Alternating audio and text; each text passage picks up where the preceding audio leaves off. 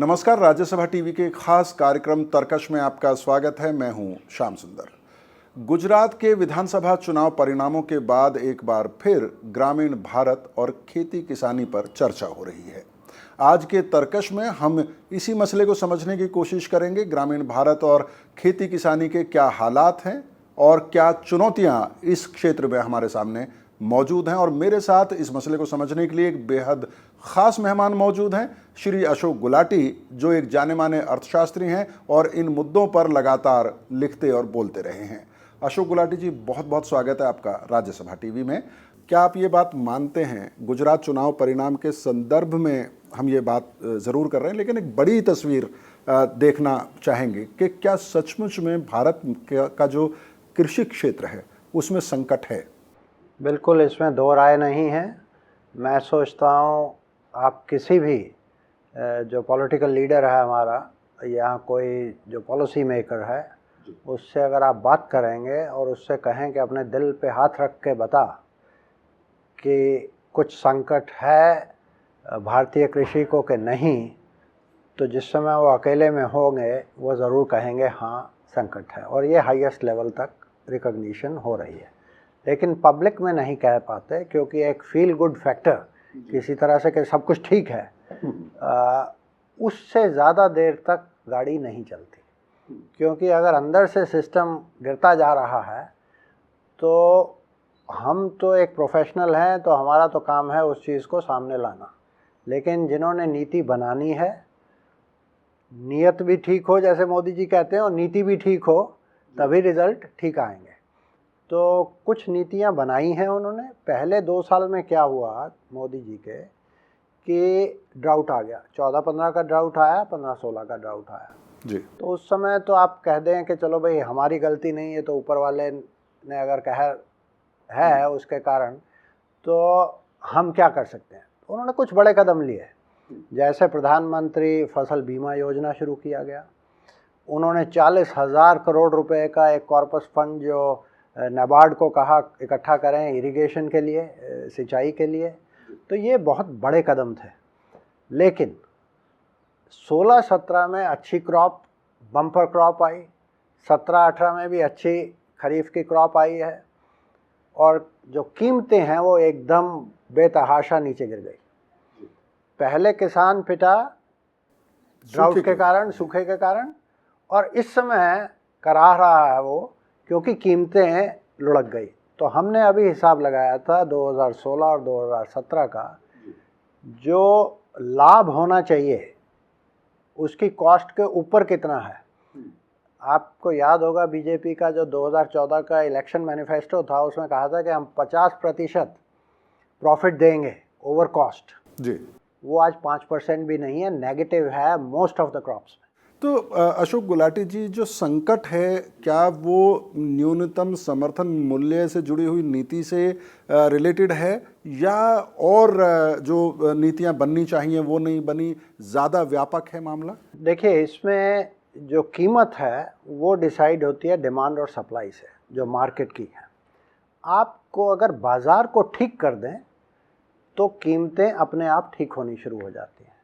अभी हुआ क्या, मान लीजिए 16-17 में हमारा एक बम्पर हार्वेस्ट हुई पल्सेस की, दलहन जो है इतना दलहन हुआ, लेकिन उस समय आप इंपोर्ट आने दे रहे हैं, 6.6 मिलियन टन का इंपोर्ट हो गया, जो आज तक हिंदुस्तान ने नहीं कभी किया था। एक तो घर का प्रोडक्शन बढ़ रहा है 30-40% से, और उधर से हाईएस्ट एवर इंपोर्ट हो रहे हैं, तो डिज़ास्टर तो होना ही होना था यहाँ पे। उड़द का भाव कम से कम 50% MSP से नीचे चले गया। और ये चीज़ आज नहीं, हम 1 साल से सरकार से निवेदन कर रहे हैं कि भाई उसका इंपोर्ट टैरिफ या तो बढ़ाइए जी। ठीक है, आप पॉलिसीज़ क्या हैं, या बफर स्टॉकिंग कीजिए, आप खरीदिए उसको रखिए, या आप इंपोर्ट टैरिफ बढ़ाइए, कम से कम MSP से नीचे नहीं आने दीजिए, फ्यूचर मार्केट्स में लाइए, ताकि किसान को ये पता हो आगे क्या प्राइस होने वाला, उस हिसाब से वो खेती करे। वो पिछले साल का देखता है, अगर प्राइस अच्छा था सारे उस तरफ चल जाते हैं, तो नहीं। तो जो पॉलिसी इंस्ट्रूमेंट्स हैं वो उसके पास ढंग से यूज़ नहीं किए गए। तो उसमें मैं कहता हूँ कि सरकार उतनी दुरुस्त नहीं रही जितनी होनी चाहिए। जो एडवांस प्लानिंग कर सके, नीति ढंग से बना सके। आपने कई नीतियों का जिक्र किया और प्रधानमंत्री नरेंद्र मोदी लगातार गुजरात इलेक्शन में भी ये बात कह रहे थे। जब जीएसटी का मसला आया उसके बाद भी उन्होंने कहा कि अगर कठोर फैसले लेने हैं देश के हित में, लोगों के हित में, किसानों के हित में, तो वो हिचकेंगे नहीं। और इस तरह की भी चर्चा है कि अब ज़्यादा गरीबों के कल्याणकारी योजनाएं बनेंगी, किसानों के हित की योजनाएं बनेंगी। नीतिगत मसलों की जब आप बात करते हैं तो कौन सी ऐसी नीतियां आपको नज़र आती हैं जो अच्छे कदम थे सरकार के उठा चुकी है और जो और करने की ज़रूरत है, ख़ास तौर पर खेती किसानी के क्षेत्र में? अब यह है क्या क्या कर सकते हैं। आपने इरिगेशन में बड़ी अच्छी तरह से दिया 40,000 करोड़ रुपया, बधाई हो आपको। आपने प्रधानमंत्री कृषि फसल बीमा योजना शुरू की, बड़ा अच्छा कदम था, बधाई हो। लेकिन हुआ क्या इम्प्लीमेंटेशन में? लास्ट ईयर 16-17 में यूपी में फ्लड आए, बिहार में आए। हमने यूपी के किसानों से बात की कि आपको फ्लड आए, यहाँ डैमेज हुआ, आपको कुछ कंपनसेशन मिला? कहते जी अभी तक तो कुछ नहीं मिला। ये फ्लड आने के 3-4 महीने के बाद की बात है। तो हमने कंपनियों को बुलाया जिन्होंने जो बीमा कर रखा था। हमने कहा आपको पता है वो हुआ, डैमेज हुआ? कि हाँ जी पता है। आपने उनको कंपनसेशन दिया? नहीं दिया। क्यों नहीं दिया? क्योंकि हमें अभी तक राज्य सरकार ने रिपोर्ट बीमा ही नहीं दिया। वो जो प्रीमियम देना होता है वो ही नहीं दिया, तो हम किसानों को कहाँ से बैठेंगे? तो हमने स्टेट गवर्नमेंट से बात की, तो स्टेट गवर्नमेंट ने कहा हमें सेंटर ने ही नहीं दिया, क्योंकि 50% वहाँ से आना, 50% हमने अब सेंटर प्रीमियम नहीं रिलीज़ करेगा, इसलिए स्टेट रिलीज़ नहीं करेगा, इसलिए कंपनी को नहीं जाएगा, इसलिए कंपनी फार्मर को नहीं देगी। तो फार्मर को जो डैमेज हो गया वो 8-10 महीने 1 साल के बाद अगर कुछ मिला तो वो तो तब तक चिड़िया चुग गई खेत जी। तो ये इम्प्लीमेंटेशन के इश्यूज़ हैं जो सरकार को दुरुस्त करने चाहिए, सबसे पहली चीज़। ठीक है। दूसरी चीज़ है कि कौन सी और नई नीतियाँ ऐसी की जाएं। अभी टेंडेंसी क्या होगी कि अगर डिस्ट्रेस है, फार्म डिस्ट्रेस है, तो लोन वेवर कर दो। जी, उत्तर प्रदेश में, महाराष्ट्र में और कई राज्यों में ये मांग। ये जो लोन वेवर की एक बीमारी है, ये क्या है कि जो बीमार पड़ा हुआ है उसको इंजेक्शन तो देना नहीं। आप इसे बीमारी क्यों कह रहे हैं? देखिए, इसमें क्या है कि इससे समस्या का समाधान नहीं होना। ये टेम्परेरी रिलीफ, एक जरा सा उसको सुंघा के थोड़ी देर के लिए खुश कर दिया, उससे उसका सुधार नहीं होने का, उसका डैमेज होगा। क्योंकि जो सुधार के लिए पैसे चाहिए जी, वो जो स्ट्रक्चरल रिफॉर्म चाहिए, जो इंफ्रास्ट्रक्चर खड़ा करना है, उसके लिए पैसे बचेंगे नहीं आपके पास। पैसे लिमिटेड हैं। या तो ऐसे डोल, मोदी जी माने जाते थे विकास पुरुष जी। उन्होंने गुजरात में विकास किया। उन्होंने कभी डोल चैरिटी देने के लिए कभी उनका कम से कम वो परसेप्शन नहीं है जी। अब अगर आप लोन वेवर करना शुरू कर देंगे तो पैसे कहाँ से लाएंगे उसकी डेवलपमेंट के लिए? आपको डोल मॉडल चाहिए या डेवलपमेंट मॉडल चाहिए? आपका जो अस्तित्व है वो डेवलपमेंट मॉडल के लिए है। गुजरात को कहा जाता है Gujarat model was a development model. कई लोग नहीं माने अपोजिशन वाले, वो बात दूसरी है। लेकिन गुजरात की कृषि की दर मोदी जी के पीरियड में 8% पर एनम से बढ़ी है, जो उस समय हिंदुस्तान के किसी स्टेट की नहीं थी जी। और उसी के कारण 3 बारी मोदी जी बार बार चीफ मिनिस्टर चुन के आए थे, क्योंकि रूरल बेस में वोट ज़्यादा होते हैं। अगर रूरल एरियाज खुश हैं तो वो भी आपको वापस लाएंगे। आज सौराष्ट्र ने दिखाया कि हम खुश नहीं हैं। अर्बन एरिया में चलो जैसे भी और जिन राज्यों में चुनाव होना है, चाहे आप मध्य प्रदेश की बात करें, राजस्थान की बात करें, वहाँ भी हमने देखा, राजस्थान में देखा किसानों ने महापड़ाव किया और मध्य प्रदेश में तो गोलियां चलानी पड़ी सरकार को। गोलियां चलानी पड़ी मध्य प्रदेश में। उधर से महाराष्ट्र में क्या हो रहा है जी। वो किसान कह रहे हैं हम सारा रास्ता रोक देंगे, बम्बई को कुछ खाना नहीं जाने देंगे जी। तो ये डिस्ट्रेस तो बढ़ रहा है। इसमें हमारी तो दो राय नहीं है। हम तो ये आज नहीं, 1 साल 1.5 साल से मैं लिख रहा हूँ इस चीज़ के ऊपर। सरकार को बड़ी ह्यूमिलिटी के साथ ये मानना चाहिए कि समस्या है और इसके समाधान के लिए ये 5 कदम हम मोटे मोटे कर रहे हैं। जी, सरकार के सामने आप बहुत ही मुश्किल सवाल एक तरह से रख रहे हैं और आप ये कह रहे हैं ये हो सकता है। एक तरफ 2019 दूर नहीं है, गुजरात में बेशक बीजेपी जीती, लेकिन ग्रामीण इलाकों से संकेत अच्छे नहीं हैं। और जब आमतौर पर यह देखा जाता है कि जब चुनाव का वर्ष आ रहा होता है तो लोकप्रिय घोषणाएं की जाती हैं, जिसमें लोन वेवर होता है, फ्री बिजली होती है, हर चीज़ फ्री दे दो, खाद के दाम कम किए जाते हैं, सब्सिडी बढ़ाई जाती है। तो क्या आपको लगता है कि सरकार के लिए इस जंक्शन पे ये आसान होगा, जो सुझाव आप दे रहे हैं उनको मानना? देखिए ये सब हो सकता है और उसको एक्सपीडाइट किया जा सकता है और 1.5-2 साल में उसके रिजल्ट्स भी आ जाएंगे। अगर आपने अपीजमेंट पॉलिसी करनी है तो वो मोदी जी हम नहीं जानते, जिसके लिए वो विकास पुरुष का एक जिनके लिए माना जाता है। और गुजरात में जो उन्होंने करके दिखाया खेती में, जी देखिए गुजरात मॉडल, बाकी दूसरों में जो मर्जी हो, मुझे कोई भी 8% एग्रीकल्चर की ग्रोथ 12 साल 13 साल दे, मैं उसके लिए सल्यूट करूंगा। देश भर में हम 8% की बात ही नहीं कर रहे हैं, हम तो 4% की बात कर रहे हैं, 5% की बात कर रहे हैं। जी जी। लेकिन आप तो 2% से भी नीचे गए हुए हैं, तो आप 4 पे तो ले आइए जहां पहले थे वो। तो 4% भी ग्रोथ हो जाएगी तो पीजेंट्री इस देश की रीजनेबली ठीक चलेगी। आप उससे ज़्यादा दे सके वो आपका कंट्रीब्यूशन है, लेकिन आप तो उससे आधे पे आ गए जो उनको मिल रहा था। तो उसके लिए आपको डेवलपमेंट मॉडल ही डिलीवर कर सकता है। तो क्या आप ये इशारा कर रहे हैं कि प्रधानमंत्री नरेंद्र मोदी जो मुश्किल कठोर फैसले लेने की जो बात कर रहे हैं वही सही रास्ता है, बजाय इसके कि आप लोन वेवर या? देखिए मैं आपको एक छोटा सा उदाहरण दे दूं। मध्य प्रदेश की आपने बात की कि वहाँ पे फार्मर्स की फायरिंग हुई थी जी। और क्यों हुई थी? क्योंकि प्राइसेस इतने नीचे गिर गए थे। प्याज वहाँ पे 2 रुपये किलो बिक रहा था, उसकी कीमत आती है 5 रुपये 6 रुपये किलो, कॉस्ट जो बैठती है फार्मर की, और 2 रुपये पे वो बेच रहा था। तो जब प्रोटेस्ट किया, फायरिंग हो गई, वायलेंस आ गया, तो जो वहाँ के मुख्यमंत्री हैं शिवराज जी, उन्होंने कहा कि हम 8 रुपये पे प्याज खरीदेंगे। जब उन्होंने ये अनाउंसमेंट की तो 10 किलोमीटर की लाइन ट्रैक्टर ट्रॉलीज की लग गई। वहाँ लसन गांव से भी ट्रक आ गए हैं वहाँ बेचने के लिए, क्योंकि वहाँ 6 रुपये चल रहा था, यहाँ पे 8 रुपये बेचने के लिए। अब उन्होंने 8 रुपये पे ख़रीदना शुरू किया। रखने की जगह नहीं है, स्टोरेज नहीं है। वो 10 दिन के बाद बदबू मारने लगे तो उन्होंने उसको कहा कि इसको बेच दो 2 रुपये में, 2.5 रुपये में, और वो फिर वापस लाइन में आके चाहे बिका हो।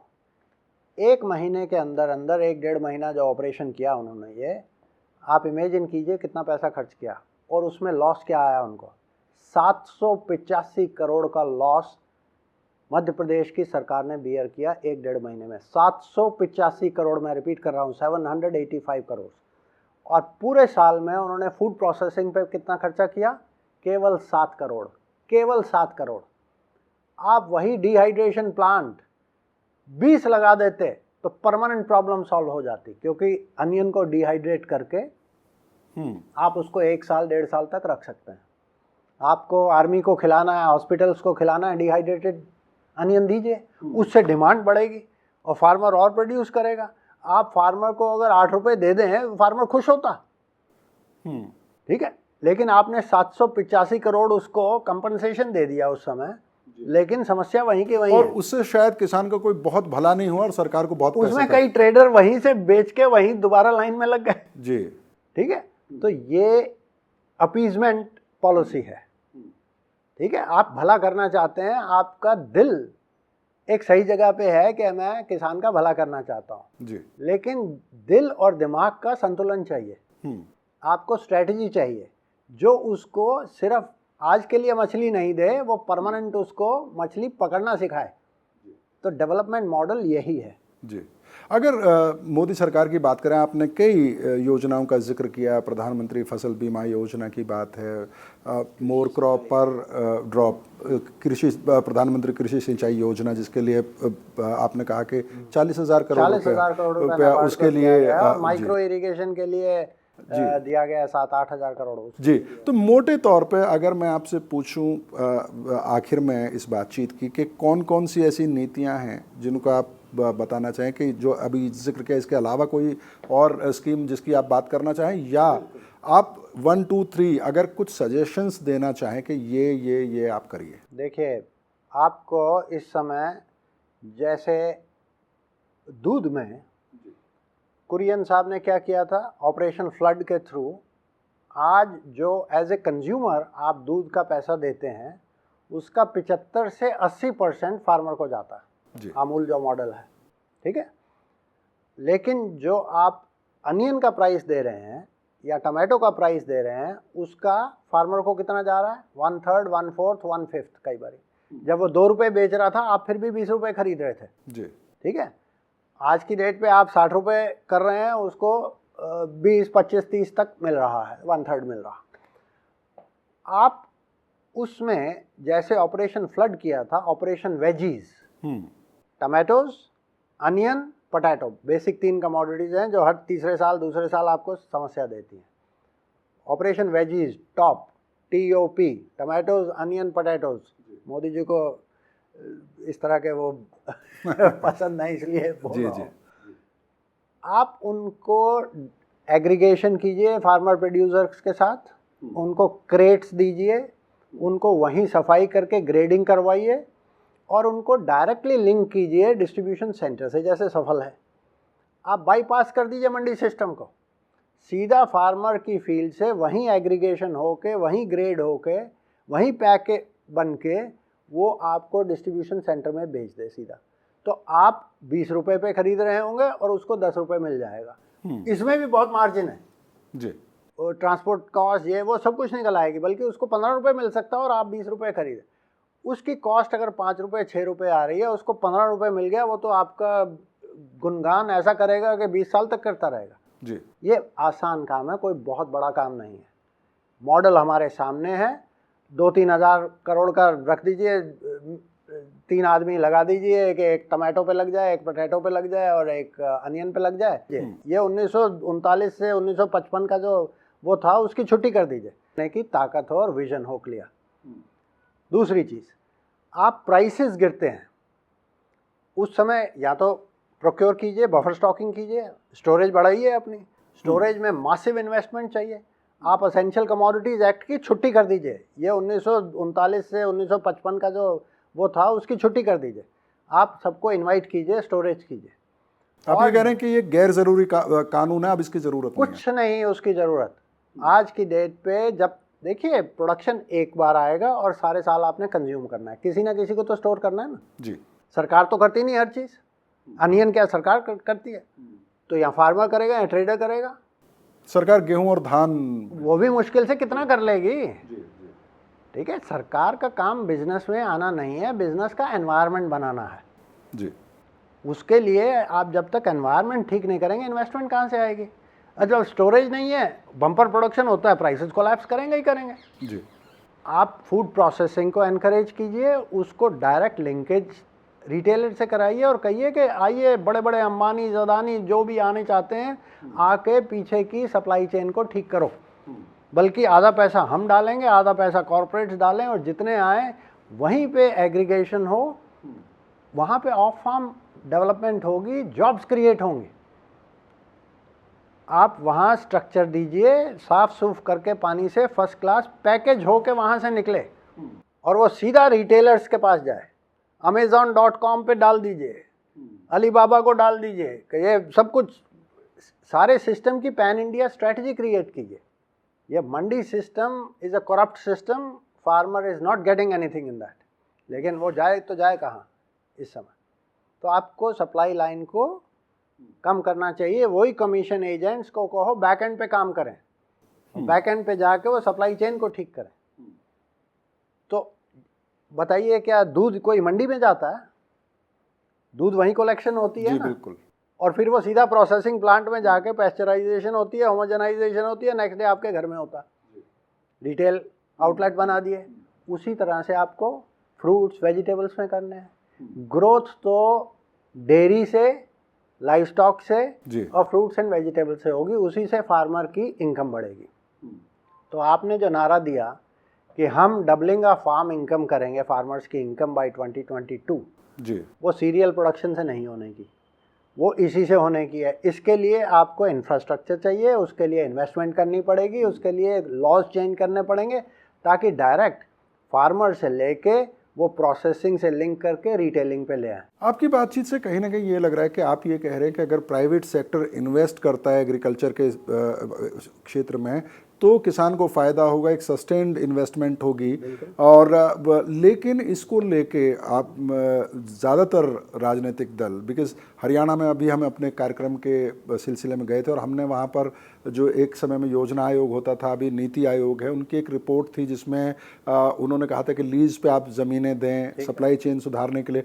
लेकिन वहाँ 3 राजनीतिक दल, भारतीय जनता पार्टी, कांग्रेस और इंडियन नेशनल लोक दल, तीनों के नेताओं ने कहा कि प्राइवेट सेक्टर पे भरोसा नहीं किया जा सकता है क्योंकि एक्सपीरियंस उस तरह का एक्सपीरियंस क्या है, मैं आपको एक्सपीरियंस बता देता हूँ जी। इस समय पोटैटो की खबर आज आपने पढ़ी होगी, यूपी में पोटैटो 20 पैसे 30 पैसे 40 पैसे किसान बेच रहा है और वो कोल्ड स्टोरेज से निकाल ही नहीं रहा क्योंकि कोल्ड स्टोरेज का जो खर्चा है वो ही नहीं निकल रहा उससे। ठीक है, ये हाल है। लेकिन गुजरात में मैकेन कॉन्ट्रैक्ट फार्मिंग करता है, 8 रुपये किलो देता है। पेप्सी वेस्ट बंगाल में कॉन्ट्रैक्ट फार्मिंग कर रही है, 20-25 हज़ार किसानों के साथ 8 रुपये किलो दे रहे हैं, तो उनको वो 8 रुपये किलो बिना चिंता के मिल रहा। यहाँ पे वो कभी 50 पैसे किलो बेच रहा है, कभी 2 रुपये किलो बेच रहा है और कभी वो ऊपर जाएगा कभी नीचे जाएगा। तो आपको वो मॉडल चाहिए जहाँ स्टेबिलिटी हो, कोई ख़रीदने वाला हो, या इस तरह का चाहिए। सरकार क्या क्या कर लेगी, क्या सरकार गोभी खरीदेगी या आलू खरीदेगी या प्याज खरीदेगी, क्या क्या खरीदेगी? आपको इन्वेस्टमेंट करनी है, इन्वेस्टमेंट प्राइवेट सेक्टर ही करेगा। एक और जब खेती में इन्वेस्टमेंट की बात करते हैं तो जब उत्पादकता अगर बढ़ानी है तो उसके लिए आपको रासायनिक खाद की ज़रूरत पड़ती है, उसमें यूरिया की ज़रूरत पड़ती है। उसमें काफ़ी अच्छा काम हुआ है, नीम कोटेड यूरिया सरकार, क्योंकि लोकसभा में मैंने कई बार देखा सवाल के जवाब के दौरान बहुत ही इसको उपलब्धि के तौर पे दिखाया सरकार ने कि नीम कोटेड यूरिया आने के बाद जो कारखानों में चला जाता था सब्सिडाइज्ड यूरिया, वो अब नहीं जा रहा है। तो क्या उससे कुछ फ़ायदा हुआ है अगर खेती किसानी की बात नीम कोटिंग यूरिया उसका लॉजिक क्या है कि वो अगर नीम कोटिंग कर देंगे तो उसका जो नाइट्रोजन है जी वो स्लो रिलीज़ होगा। तो इस समय जो नाइट्रोजन यूज़ एफिशिएंसी है हमारी बहुत कम है क्योंकि वो ज़्यादा एटमॉस्फेयर में चले जाता है या लीच होकर पानी में चले जाता है। तो वो जब स्लो रिलीज़ होगा तो उसकी एफिशिएंसी 10% के आसपास बढ़ जाएगी। ये लॉजिक दिया गया था जब नीम कोटिंग शुरू हुई थी। इसके ऊपर काफ़ी इंडिपेंडेंट स्टडीज़ चाहिए जो उसको एस्टेब्लिश करें इन अ मोर रोबस्ट मैनर। अभी वो नहीं है। ये सरकार का कहना है कि ठीक है 10% हमें, बहुत अच्छी बात आपने किया। आपका ये बताइए, आपका प्राइस पड़ रहा है यूरिया का $86 से टन, दुनिया में सबसे कम है ये। ठीक है, पड़ोसी देशों में $250, $300, $200 है कम से कम। ठीक है, नॉन एग्रीकल्चर यूज़ में डाइवर्शन होता है, आप बिहार से नेपाल में जाता है, बांग्लादेश में जाता है, कहाँ कहाँ जाता है जो डाइवर्शन होता है। और फिर जब आप एक को इतना नीचे कर देंगे और डीएपी और एमओपी के प्राइसेस इतने ऊपर बढ़ा दिए तो इम्बैलेंस्ड यूज़ एनपी। सबसे बड़ी बीमारी क्या है हिंदुस्तान के फर्टिलाइज़र सेक्टर की? जो फार्मर यूज़ कर रहा है एन बहुत ज़्यादा यूज़ कर रहा है नाइट्रोजन यूरिया, और पी और के कम कर रहा है, तो उससे उसको वो पूरा फ़ायदा नहीं मिल पाता है। आपने जितनी सब्सिडी 70,000 करोड़ की आपकी बजट में है वो फार्मर को डायरेक्ट दे दीजिए ना, उसके अकाउंट में, उसके अकाउंट में डायरेक्ट दे दीजिए और मार्केट को फ्री कर दीजिए, तो अपने आप प्राइसिंग डिस्टॉर्शन कम हो जाएगी और उसका इस्तेमाल में भी एक संतुलन आ जाएगा कि भाई मुझे गोबर लगाना है या यूरिया लगाना है या कोई बायो फर्टिलाइजर और कोई लगाना है या वर्मी कल्चर करनी है। जी, आपने मुझे क्यों बांध रखा है कि मैं यूरिया ही। जी, और आप ये उम्मीद करते हैं कि प्रधानमंत्री नरेंद्र मोदी की जिस तरह की छवि है और जिस तरह के बड़े बड़े फैसले उन्होंने लिए हैं, चाहे वो नोटबंदी का मामला हो, चाहे वो जीएसटी का मामला हो, चाहे और कई कानून संसद में पास हुए हैं और पास करने की वो बात कर रहे हैं, आपको लगता है कि जो ज़रूरी चीज़ें हैं बजाय वो इस दबाव के लोन वेवर नहीं दिया तो चुनाव हार जाएंगे, इस डर के आपको उम्मीद है कि वो इस रास्ते पर आगे बढ़ेंगे जिस तरह के सुझाव आप दे रहे हैं? देखिए, उनकी छवि जो आपने कहा विकास पुरुष की, और जो उन्होंने गुजरात में करके दिखाया जी, लोग माने ना माने, हम तो खेती को देखते हैं और वहाँ पे खेती की प्रॉस्पेरिटी हुई थी उनके पीरियड में। पिछले 2-3 साल से वहाँ भी गड़बड़ चल रही है।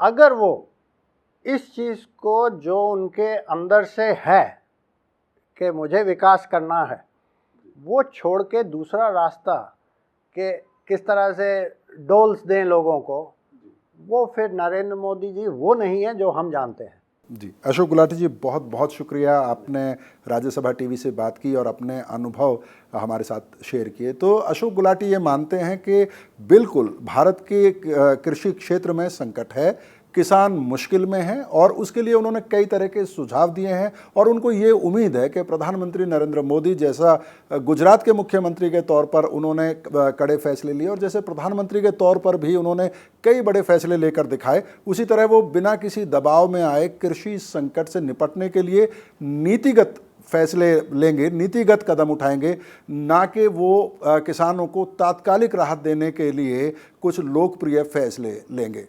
राज्यसभा टीवी में आज इतना ही। नमस्कार।